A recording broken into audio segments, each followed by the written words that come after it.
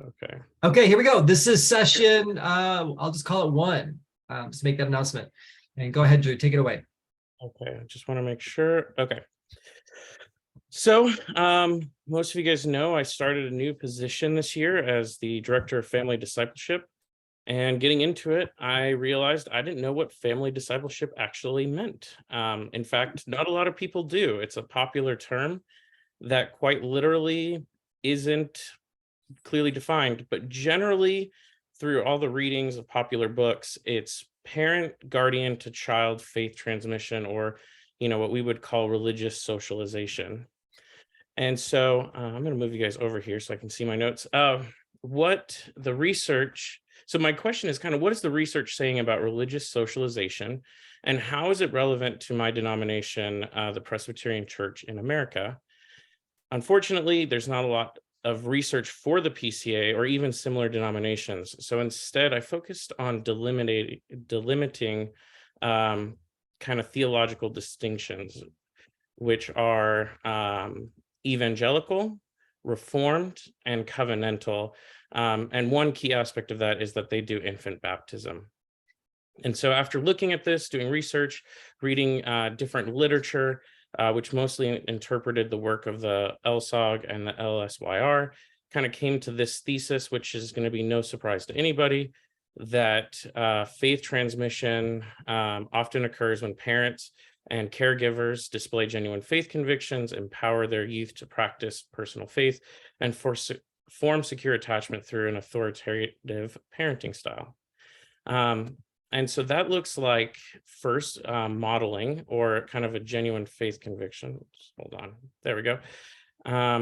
And so what does that mean? Well, kind of some of the research was saying that it is practice what you preach. Parents who are the most engaged in their faith practices have the highest rates of transmission. Christian Smith and Amy Adamczyk.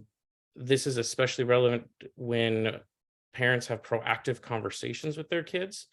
And the more regular a youth and family are in church, more than once a week, found that children would often come to share the same faith as their parents. The next aspect in this is kind of an owning, this extending of empowering their youth to practice personal faith. And that looks like, empowerment. Kara Powell and Stephen Argue, I don't know if you know who they are, showed us that empowerment was a key factor in youth embracing their faith. They agreed that spiritual conversations were important, but they needed to be mutual and inviting for youth to ask questions, to wrestle through doubts. And this came with, this research and other research came with regular church involvement was a factor of youth owning that they would not only see their parents go, but they would be active as well. And then they were taught and given opportunities to practice and to really own their faith. So not only were they modeled it, then they practiced it and were able to develop their own faith. The last aspect of this, in this thesis, kind of identifying parenting styles, that faith transmission connected to authoritative parenting has these aspects of closeness and warmth, which is a consistent theme through many of the different works. You look at Benston and Smith and others, and as you felt close or warm with their parents, they're more likely to share the same faith, while parents who were cold, very demanding, the authoritarian parenting style were least likely. But expectations were a key aspect to this. Permissive parents who did not have expectations but warmth weren't as impactful as those who were authoritative parents who had both the support warmth aspect and expectation demand aspect. And it's this parenting style that was most likely to transmit. One aspect of the research showed that secure attachment was an outcome of this parenting in many ways, and that it helped youth embrace helped youth embrace their parents' faith, and it gave them a view of Jesus that was both full of grace and full of his truth. And so it was just a very interesting picture to see that. And so looking at what's going on, and I was looking at the theological positions of the PCA, And here's just some of them that you can see here from the book of church order. There's way more on children, no time for that. About 2 more minutes. But you can see here that the directives found here can collaborate with a lot of this research. However, and as well in the research, there was high transmission rates for evangelicals. But I couldn't find anything on infant baptism or the confirmation process and how it affected faith transmission. And since that's a common practice for a lot of us and for many denominations, it'd be very interesting if there is or if there should be further research on how infant baptism confirmation affects faith transmission. Something that was just a very interesting stat in this process, which I don't need to share with you, doesn't matter, but it was just some cool stats that came up. But kind of in conclusion, where does this research take me? I, in this role now, want to respond to that. So we came up with this vision for family discipleship. One, to be family forward, taking a lot of this research, shift to a family first rather than youth and parents, youth and focus, and then parents as a byproduct, equipping parents to do the ministry, empowering them with the tools to have spiritual conversations and practices in parenting, as well as accountability that they would continue to practice their faith. Know students and really invest in them, know where they're at spiritually, to have personal warmth relationships with them lovingly, challenging them in their faith, as well as their membership commitments, and then ultimately to teach beyond head knowledge, but also heart and hand knowledge, changing our curriculum into tools and doing the application together. Leaders and parents model ownership of our faith, and we live it out. And then we can coach youth to do the same and take ownership of their faith and church. And thus we return to family forward as we, through the study, youth view God through the lens of their parents. And so we'll take this vision and I'm going to present it to the parents and to the youth leaders, and we're going to kind of move forward with it. So that's kind of where we're at. All right, Drew, thank you. Hang on a second. I got somebody in the waiting room, I think. So any I likes, I wonders, go ahead and give Drew a little bit of feedback. What would you like to say? Drew, Matt Loveday here. I love it, man. You're speaking my language in family ministry here, and I really love this family first focus. I mean, we often say around here that we want to be kid-centered in our ministry, but we're still family focused. So a lot of parallel things. I was really tracking with you so much on that. I love that. I wonder if in some of your research, or specifically with the PCA, if you came across some like the family is no longer this nuclear family, right? There's grandparents, there are split families, multi-ethnic families, blended families. Did your research find some insights into how you expand this family focused thing without having to be a nuclear family centered practice, if you know what I mean? I did, but for sake of length of the paper, I had to kind of narrow it really down into those dynamics. But yeah, I mean, a lot of their work communicates broken families can really cause some struggles. Didn't see a lot on multi-ethnic, or at least I kind of skimmed it, highlighted it, and moved on to look at it later. That is actually my context, so I do want to go back to check that out. So I appreciate you asking that. We probably have time for one more. Hey, Drew, Josh Jacobs here, sunny Virginia. I really liked how you have used this in your own setting. I just love that, hearing how practical it is. And even the family forward phrase is really neat. I wonder if families serving together played a part in how strong faith has gone from generation to generation. Yeah, and it definitely did. And that was kind of the parents modeling and then giving them faith practices and serving and participating in the church. So that's a very concise way to basically say to serve together was a huge aspect of that. So cool, thanks. Well, Drew, thanks for this. Thanks for going first. Appreciate your thinking here. And I know you're leaning into some really good ideas here and love what you did. And great slides. Great feel. Really liked them. We're gonna keep moving. So next on the docket is Sam Ming. There you are, Hi, Sam. Steve. Hi, Steve. Hi, how are Hi, you? my dear colleagues, friends. Greeting from my church office. First of all, bear with me. I just finished my paper, so I didn't have time to make a fancy PowerPoint.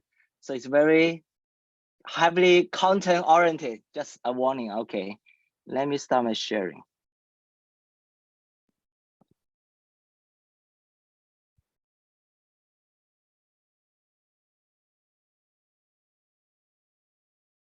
Okay, so the title of my paper is Safe Development Justice for Asian American Young People. This paper argues that churches create spaces of lament and the practice of a community for Asian American young adults to engage with pandemic-related justice issues. This is an important element of their integrated faith development.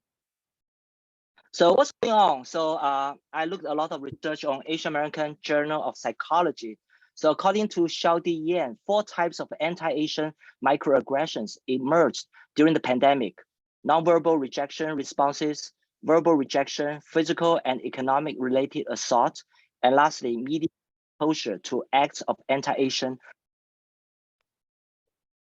Also, API's health and well-being has been challenged by 3 strains during the pandemic: anti-Asian rhetoric and ensuing violence, invisibility of structural inequality.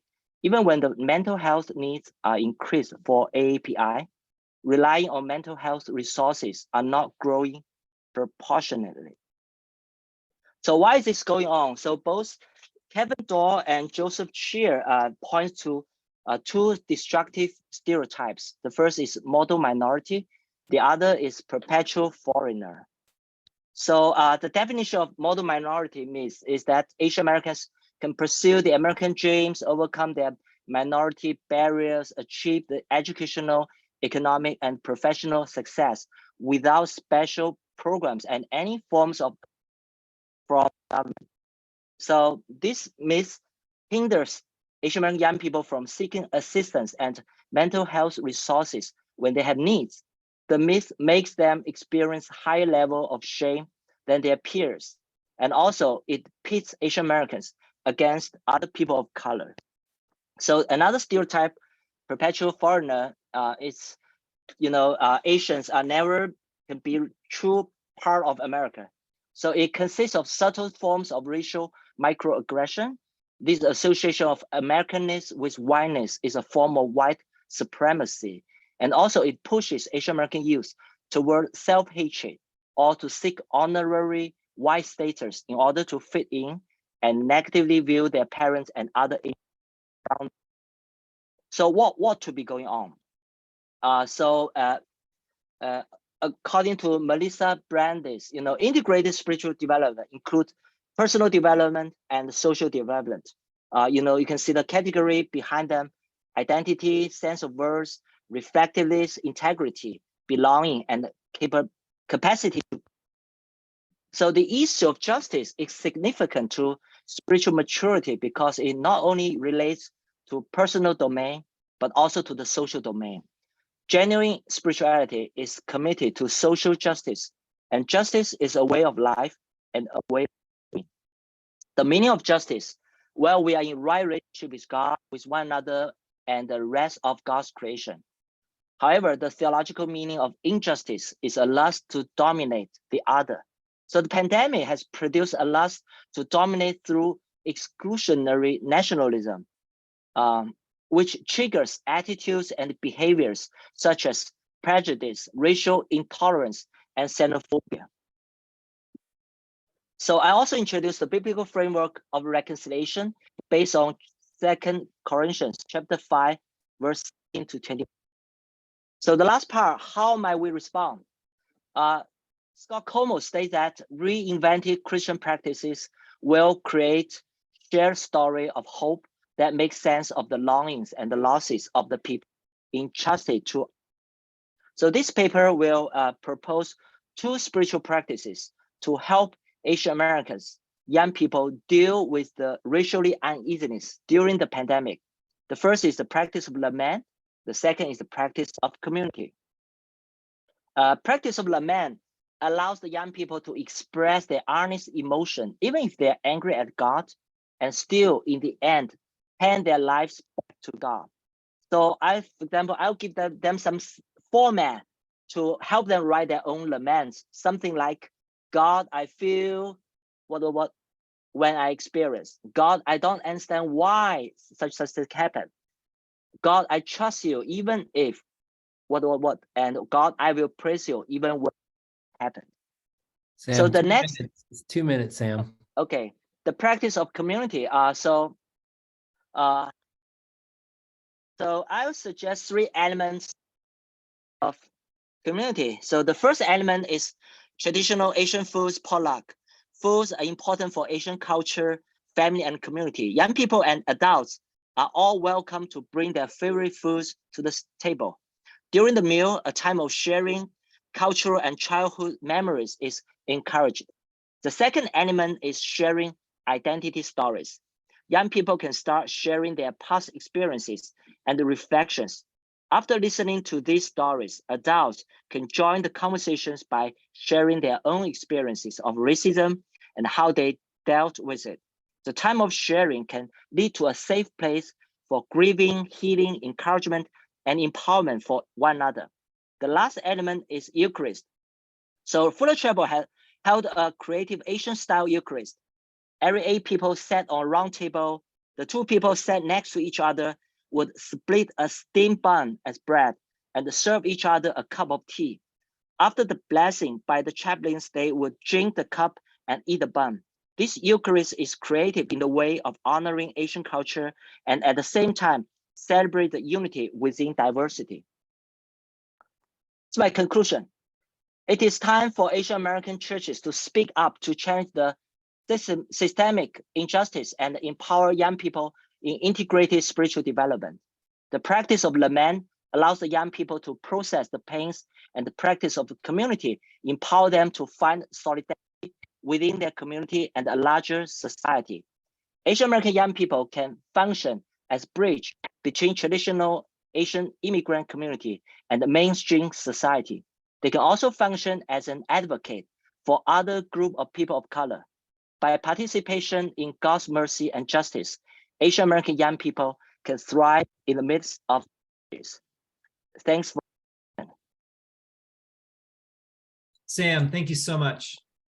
What a important topic to be addressing, and I'm so grateful for you to take some time to really reflect on this.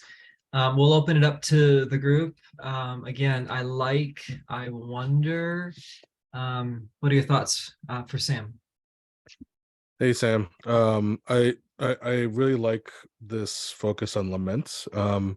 Serving in Asian American church context currently myself, I think that's something that it's hard to get people to talk about their feelings, right? In that setting, and I love how you framed it with the idea of sharing a meal and doing it through that, because that's also a very important part of the Asian American church experience, right? This idea of community and sharing a meal, and at the very least that binds people together, even if they don't want to talk to each other, which, you know, it's kind of weird sometimes, but so I think it's good. And I wonder what, for the older generation, I've experienced that it's a little harder for them to talk about their feelings, even in relation to something like this, in terms of racism and social injustice against the Asian American community. I wonder if what other ways we can come up with to kind of encourage that generation, or that group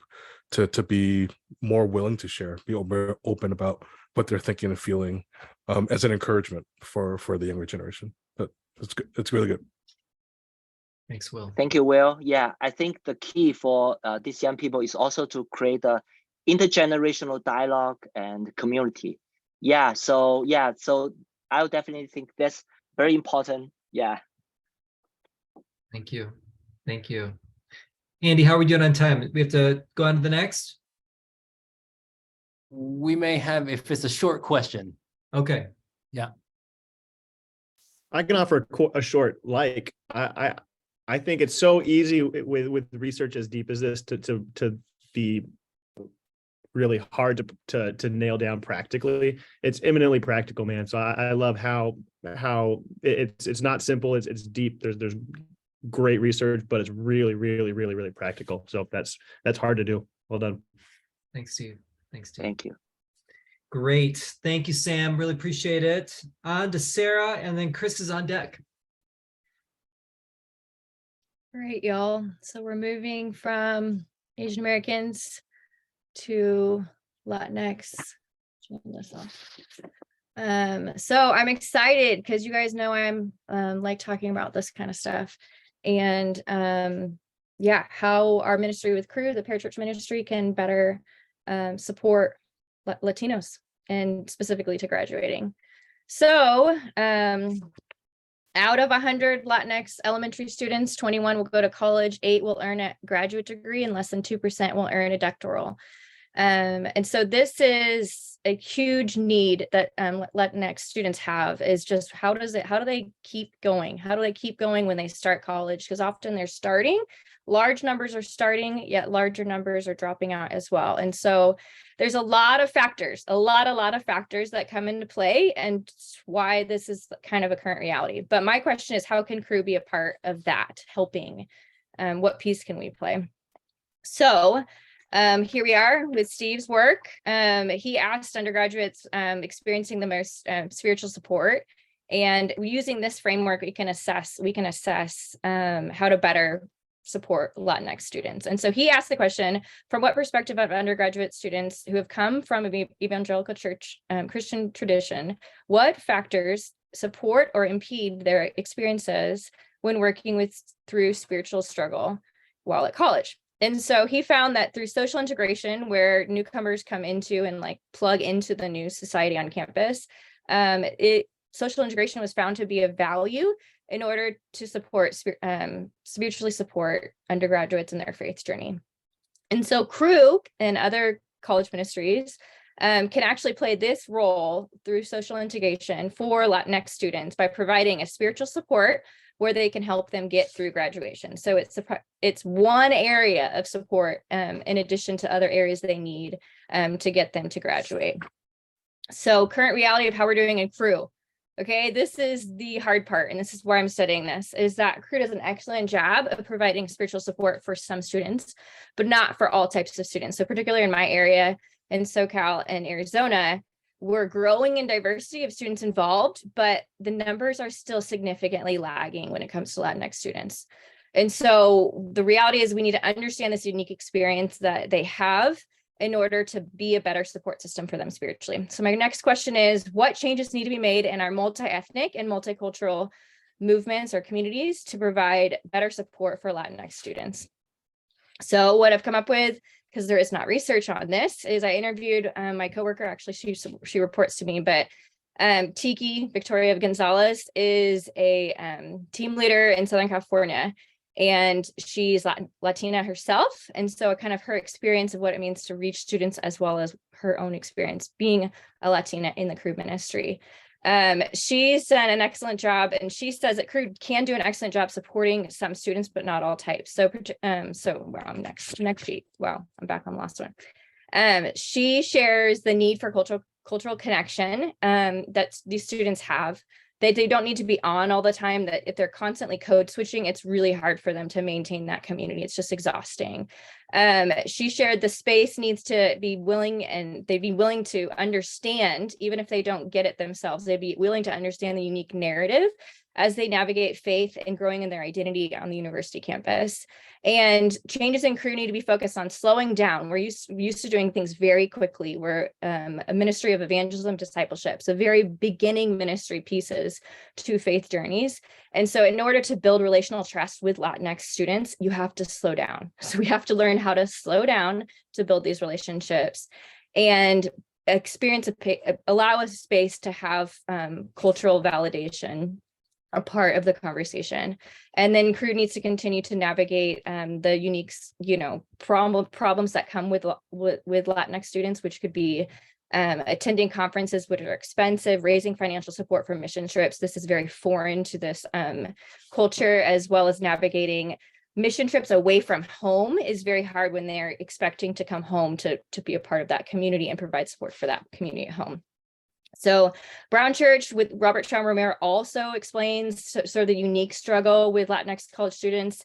And he talks about what it means for them when they enter their Chicano studies class. They come in Christian, they enter the Chicano studies class, and they learn about colonization and all these horrible things, which has been done in the name of Christ. He shares specifically about Edwin, who is a PK who his parents immigrated from Central America, and they escaped gang violence. And they're seeking asylum, but they couldn't afford a lawyer. And so Edwin goes from, from this family living in the US, goes to college. He decides to go to a Christian college. He's out at Christian college trying to get involved, trying to figure out how his faith and all these things play out on this university. And his parents get deported.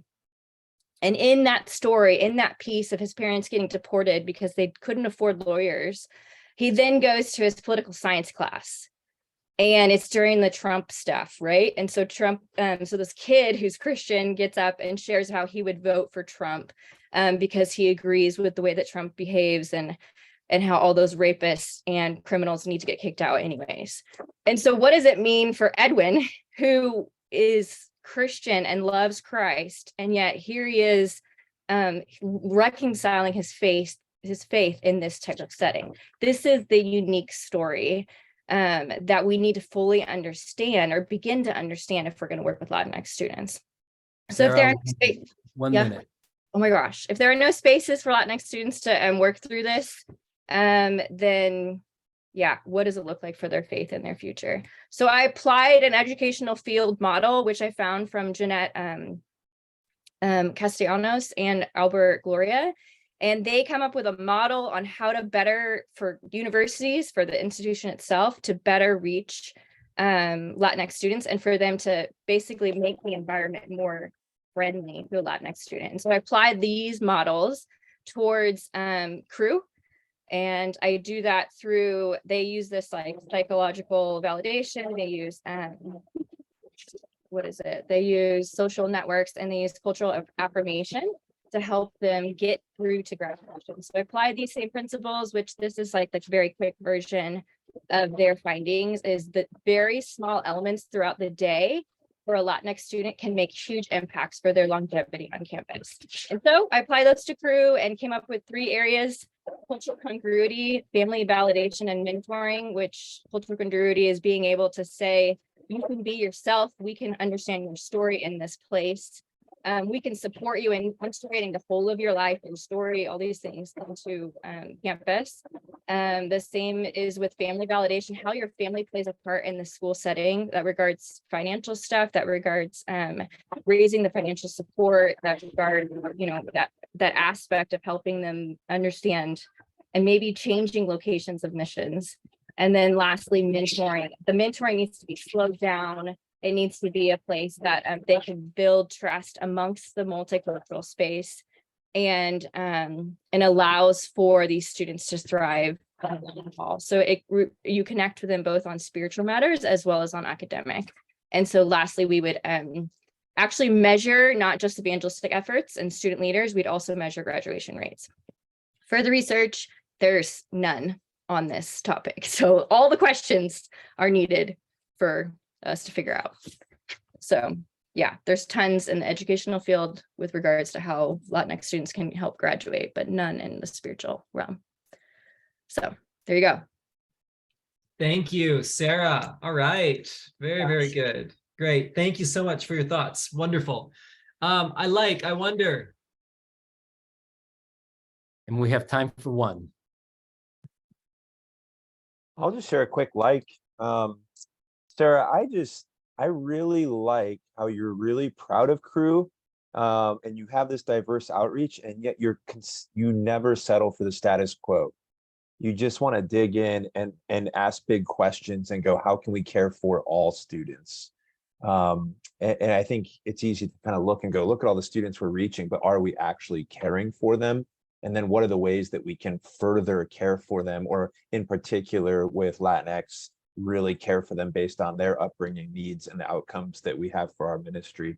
So I just want to say thanks for modeling a posture of just, I wrote confession, like it's self-critique and a willingness to kind of say, like, how do we do this better? Let's not settle for the status quo, but who is God calling us to be? And so thanks for modeling that. Thanks, guys. Sarah, I love that you, I had Robert Chow Romero. He was actually just interviewed on the FYI podcast. So if any of you are interested in some of his work, that would be another place to look on top of Sarah's work. The other thing I'll just say really quickly, since you quoted me at the beginning, is, what I love about what you're doing is just sort of piggybacking off what Josh said is, I mean, campus ministries can do a wealth of good, but from some of my research, I also found that they can also do a wealth of damage as well. So what's so important about your work to me is that you want to do better, but I think you're fully aware that it's not neutral. I mean, it's either going to be worse or better. And so it just lights a fire under me even more for the work that you're doing. So thanks. Thanks, Steve. Andy is reminding us 7 minutes of presentation, 3 minutes of Q of A. Let's keep moving. We got Chris, and then Fee is on deck.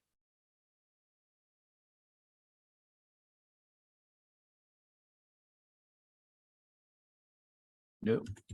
Hang on. Sorry, I'm trying to figure out how this stuff all works. Okay, hang on a second. Sorry. Okay, that's better. That's the beginning of my presentation.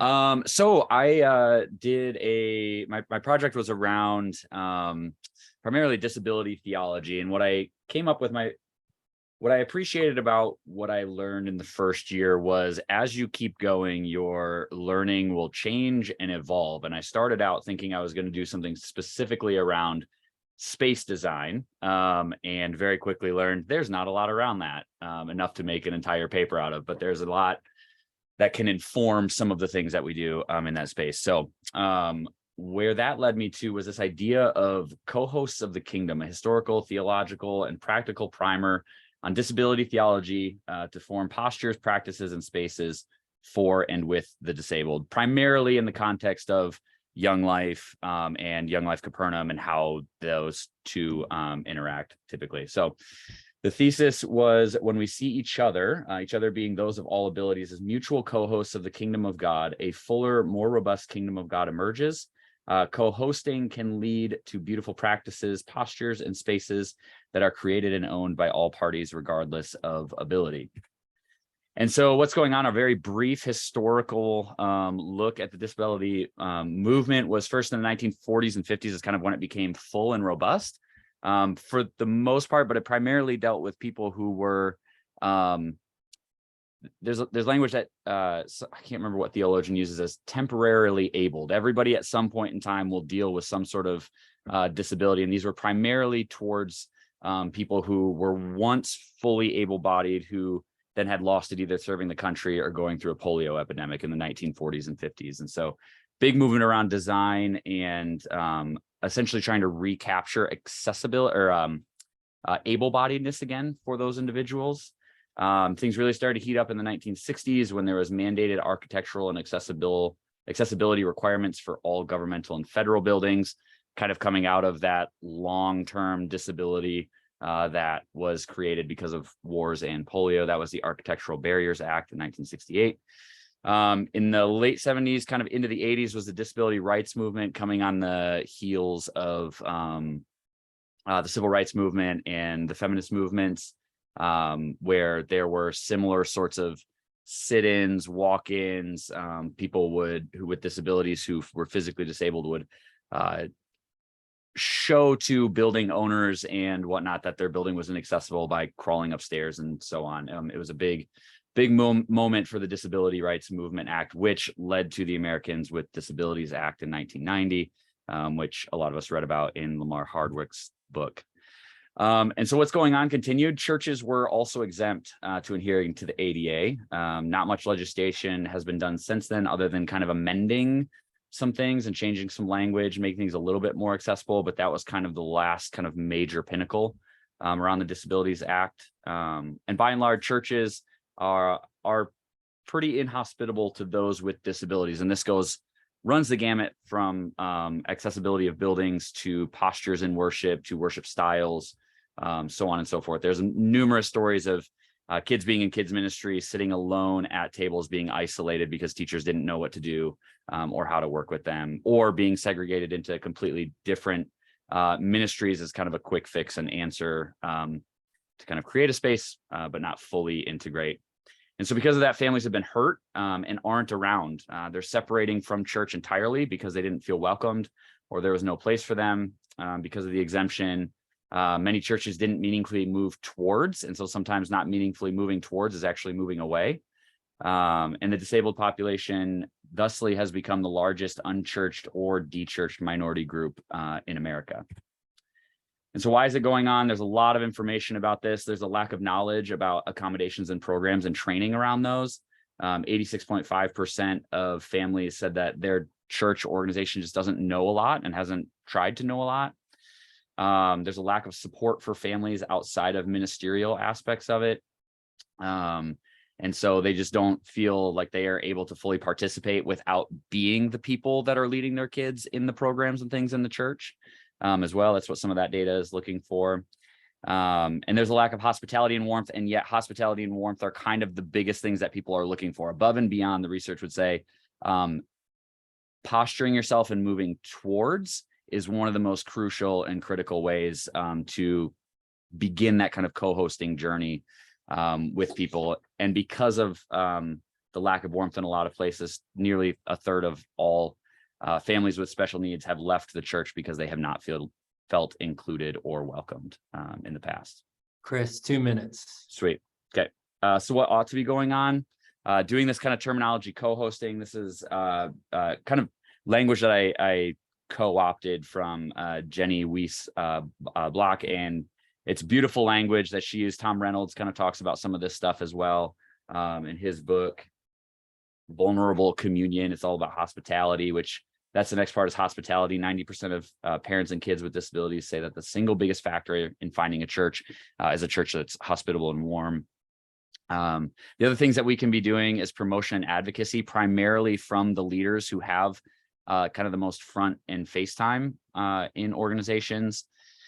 Thinking through architecture is important and also tricky because many church spaces are old and inaccessible, and many of them would probably need to be completely torn down in order to make them fully accessible. But there are ways to do it, and just simply education in general, continuing to be informed about disability theology and disability studies, as they're rarely kind of taught. So how do you do that? You create groups with leaders on the teams that are disabled. We're thinking about this from like our Young Life Committee perspective. There's nobody that represents Young Life Capernaum on our committee right now. And so we're talking about how do we either get somebody from that team who's a participant or a leader onto that group as a way to co-host together. Hospitality, how do we create a plan? How do we create postures of hospitality with training that are appropriate for and towards individuals with disabilities? Promotion and advocacy is important, making sure leaders are talking about it, consulting with an architect and interior designer to evaluate plans and building spaces that we have, and continuing to help our leaders find organizations, institutions, and literature that teaches and informs about disabilities. Further questions I have is, there's not many places that I've read about that have fully integrated without creating it from the get-go. And so that's a big question for me, is like, what did that cost? Because it's kind of a difficult space to be in. And the field of disability and church design, primarily helping lead into worship, is a space that I would love to see more work in, but there's just not a lot. So that's kind of where I'm at. Thanks, Chris. Thanks. Wonderful. Really important topic. I wonder. I really like your just exploration of the physical, emotional, relational spaces that are going on. And I know that's a passion of yours, and So just really trying to think through holistically, what does space mean for somebody who has disability? And so just really thoughtful. My wonder is, something. How do you what do you think? How do you think churches should navigate or can navigate students who have specialized IEPs that in every other realm of their life they're isolated and this is their one space that they are intermixed, for lack of a better term? Did you see anything about that at all? Yeah, so some of it comes out of the experience that I've just kind of watched happen here with Young Life and Capernaum, like Young Life and Young Life Capernaum doing ministry together every other week, which is really cool. What happens there is really cool. Every single time I come in, I watch students immediately run up to Kyle and Eli and Anna and all of the other individuals that come. And there's just a posture that our leaders and that our students, because of the conversations that they've had, have decided that these individuals are not, for lack of a better term, a charity case, but they're actually our friends as they walk into this space. And that takes time and energy to build and a lot of intentionality. But that was kind of a big thing that I've seen in literature, is that whether it's Ben Connor or Tom Reynolds or whoever, there's so much of it that just takes time and intentionality and reminding ourselves to keep it in the forefront of our mind, to kind of posture ourselves that way, to see each other as friends and co-hosts rather than a group to be reached because we feel like we should, or whatever posture you might carry. Thanks, Chris. This is a really important topic. Wish we could talk more about it in this space, but grateful for your work and really, really, really thankful for you. Let's move on. We've got Fee that's on, and we've Brad on deck, but I'm not sure Brad's here. So we may have an early break. But Fee, take it away. Sure. It won't surprise you, I'm talking about girls.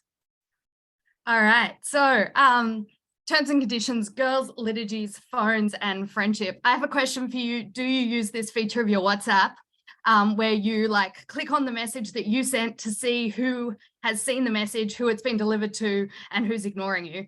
And if you don't use it, do you know that other people are using it on you? And have you thought about what this says about your relationships in terms of surveillance, control, exchange, and efficiency? And for this paper, just with that in the back of your mind, I considered the liturgies that girls engage in when they use their phones and how these are impacting their friendships. Just a reminder, liturgies are the habits and practices that we engage in that are forming our hearts and our desires. They either orientate us towards the story of God's kingdom, or they orient us away from it. And as they change our hearts and our imaginations, they change how we understand and relate to reality. On a psychological level, of course, they're rewiring our brains. And as we've all read Amy Ellis Nutt, we know that teenagers have more plastic brains than anyone else. And so they're actually way more impactful in the teenage brain. When we're thinking about girls and their phones, I thought about two really big kind of areas where liturgies are being used. And those are about identity and buffering, and remembering that the liturgies embedded in phones are founded in algorithms that have the intent of creating profit for the people who own the phones or the Chinese government, and they are about that they don't have the kids' interests in mind. And so self-curation and representation has actually been a gift to teenage girls in some ways with phones, because always, of course, traditionally teenage girls have been subjects of the male gaze. However, it does mean that the full task of self-representation falls on them, and that's a weighty burden, and a task that's meant to be done in relationship. It also turns identity creation into a competitive task, because who you are is measured through likes and shares. This means that girls feel like they need to spectacularize their lives. And young women, of course, know from a very early age that sexualized content gets more likes and affirmations on the internet, as well as more negative content than non-sexualized content. And so this turns friendship into a location of competition. Secondly, buffering, we're thinking Charles Taylor here. It means that the self becomes self-determined and impermeable. So when you largely communicate through messaging, I reply to you on terms that are convenient to me. But think like the WhatsApp example earlier, read receipts are a really interesting example of people using surveillance and control to change their relationships. Because how often do you use a preview on your phone so that the other person can't see that you've read the message, but you already have? If you think about that kind of way in which relationships are being turned into these games, that really inherently changes how people think about relationship. And finally, phubbing is the word that people use for when you're snubbing your friends through using your phone. It's a portmanteau of those two words. And so it says to the other person, you're not meeting my need for entertainment, so I'm going to seek that elsewhere. Again, turning relationships into this place of efficiency. But Christian friendship isn't supposed to look like this. It's supposed to look sacrificial, following the example of Jesus. And think particularly here, John 15 emphasizes the coherence between intent, word, and action in demonstrating true friendship. Friendship is laying your life down for your friends. But more than that, Christian friendship is also about seeking the mutual good, drawing here on the model of the Trinity that is found in difference. And we can see that a lot of historic writing about friendship has been written by white men, and they don't necessarily, this is a really strong feminist critique that a lot of writers have brought to friendship, this idea that it's actually about affirming difference and seeking to lift up other people in their struggles. So in order to seek the mutual good, you've got to have vulnerability and burden sharing, and it's got to actually include negative emotions sometimes, things like truth telling, honesty, and clarity that are really hard on phones.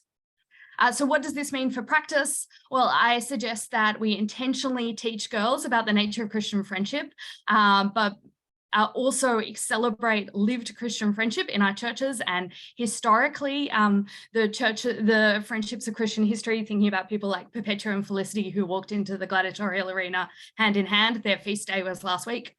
And then also think about liturgies in terms of what do you want to keep, leave, subvert, and invent. So what are you doing that you want to intentionally keep on doing with your phone? What practices do you want to leave with your phone, including where do you physically want to leave your phone behind because you see these as incompatible with your walk with Christ?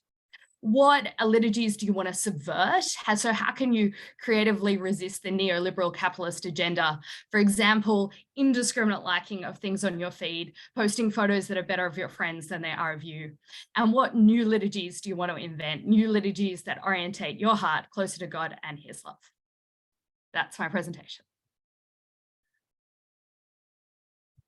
Thank you, Fee. Thank you so much.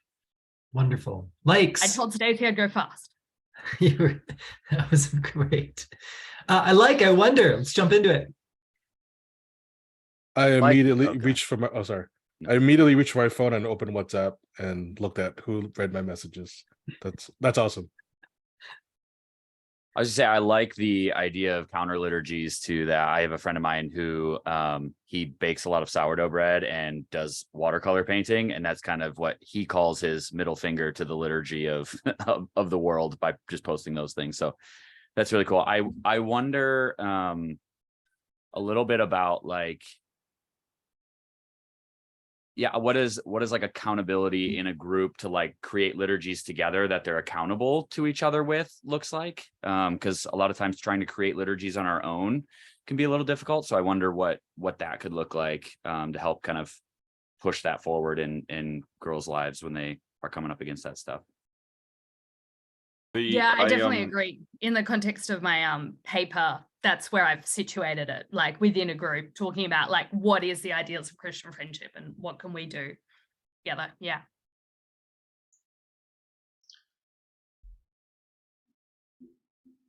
Anyone else? I was gonna say, I know you're all about the girls, but I wonder how the guys are involved in this process. I mean, lots of times girls are in groups with guys at church. So how do we help the guys do the same kind of things? I mean, their problems are different, but they also feed into some of these problems that the girls have. So I just wonder what that would look like. Yeah, I think one of the really interesting things is every year when we do these things, we hear far more from the male students and the female students on the online forum, I think especially because I think the way we communicate online exacerbates the kind of inherent biases we have in and of ourselves. And so I think, well, I'm thinking here about cross-gendered friendships, and the way I think moving them into the realm of efficiency also further pushes them away from just friendship into romantic relationship. I don't know any teenage boys, so I cannot tell you anything to do with how they're relating on phones. We have time for one more if anyone has a like or wonder. I'll jump in there. I love this. But I also wonder what it looks like for people who use their phones differently, specifically people like my husband who use his phone for like online gaming, connecting to his online game friends, and not like a social media user. Like he uses Instagram so that he gets photos that I tag him in, right? Like he doesn't do anything. So all of the networking and connecting and relationships and all of that is built on like this online gaming world. So I wonder what it looks like for people who use their phones in a different capacity. Yeah, absolutely. One of the things I just did out of curiosity was ask all my classes, do you have a complex relationship with your phone? Like when we had 5 minutes left at the end of the lesson. And like, you'd see like 80% of the kids are like, yes, absolutely. And then like 20% are like, no, I'm actively trying to subvert this kind of thing, or I don't care about my phone. My parents are always mad at me that I leave it at home when I'm supposed to have it out with me. And so to say that everyone has the same kind of relationship with their phone, of course, is like a furphy. And like things like gaming have all their own codings and interesting things, and like the like Gamergate, think about like all the stuff that's going on there and the way that like people get positioned as heroes and villains and you're part of my tribe and you're not. So yeah, absolutely. I think there's depending on the liturgies you're using, different things that we're doing, which is why I'm trying to use that like keep, subvert, invent, leave, because it allows people to access what they're doing and to change in light of that. Fee, thanks so much. I think we are really interested in what you're doing here, and we really appreciate your good work and your good thinking associated with it. Is Brad here? I don't think he is. So I think we're ahead of schedule. You know what I want to do really quickly before I forget is I'd like to take a picture. So if you all could like smile, kind of get, poof your hair, whatever you got to do. I'm going to take a picture and then we'll take a break. So let's do that. Wait for it. Okay. 1, 2, 3. All right, I'll take one more just in case, you're like, I blinked or something's up. Here we go. 1, 2, 3. Okay, that's it. So we're at 2:02 my